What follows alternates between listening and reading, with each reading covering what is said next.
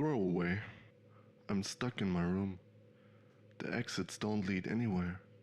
They just open into more copies of the same room. Day 1. I woke up like normal. Small square apartment room. Door on the south wall, window on the east. Bed, desk, chair, shelves.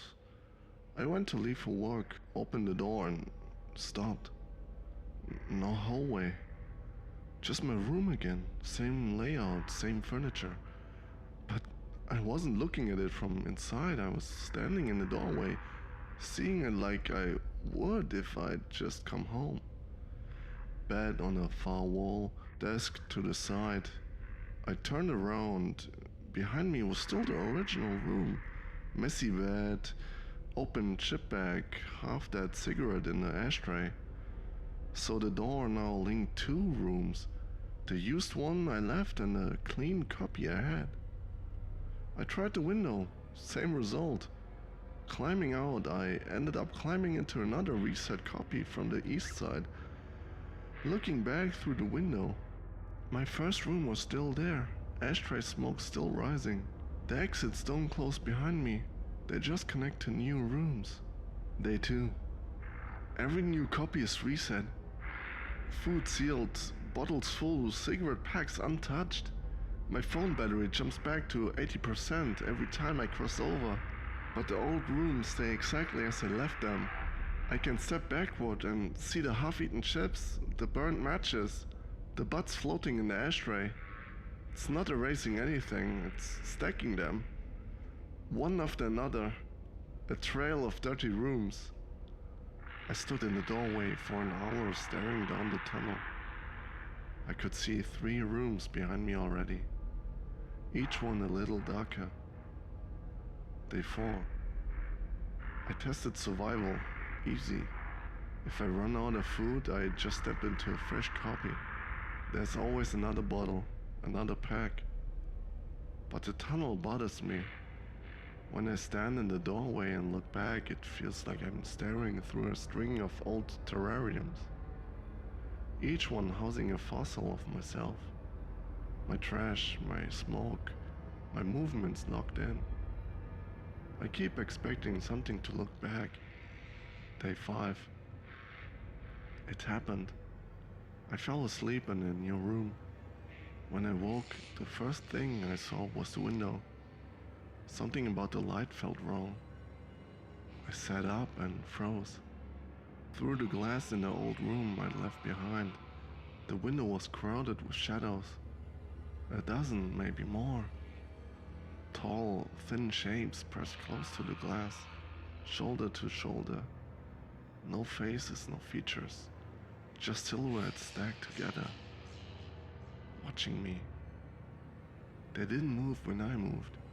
They didn't breathe, just stood there in absolute silence. I bolted to the door and crossed over. New room, reset again. When I turned back, the shadows were gone. But I know I saw them. Day 6. Now the noises make sense. Scratches in the walls, knocks under the bed. It's not the building, it's them. Moving in the old rooms. When I opened the door today, I glanced back down the tunnel. I swear, I saw one step from the second room into the third, closing the gap. They're not frozen, they are following. Day 7. I can't trust the resets. One new room already had the cigarette pack open. Another had crumbs in a chip bag. One time, the desk chair was pulled out like someone had just been sitting there. That means they can move forward. They can reach the rooms before me. Day 9. I smashed the east window with a chair. Glass shattered around me. On the other side, the next room waited, perfect, untouched. Window unbroken. And at the desk sat me. Except I was still in the old room, standing with the chair in my hands. The copy of me raised its head and smiled a half second after I did. When I stepped forward, it vanished. Day 10. I tried not moving forward today. Stayed in one room all day. The noises got worse. Closet door rattling. Soft wet breathing under the bed. When I finally opened the soft door, the new room was darker. Like the light itself had been dimmed a notch. Day 12. I turned around in the doorway and counted. At least 10 old rooms behind me, each one dirtier than the last. At the farthest edge, something moved. Too far to see clearly, but I felt it turn its head toward me.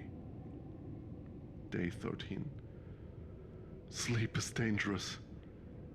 I woke up in a room I didn't remember entering.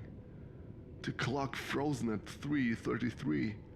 My handwriting scrawled across the wall. Don't turn around.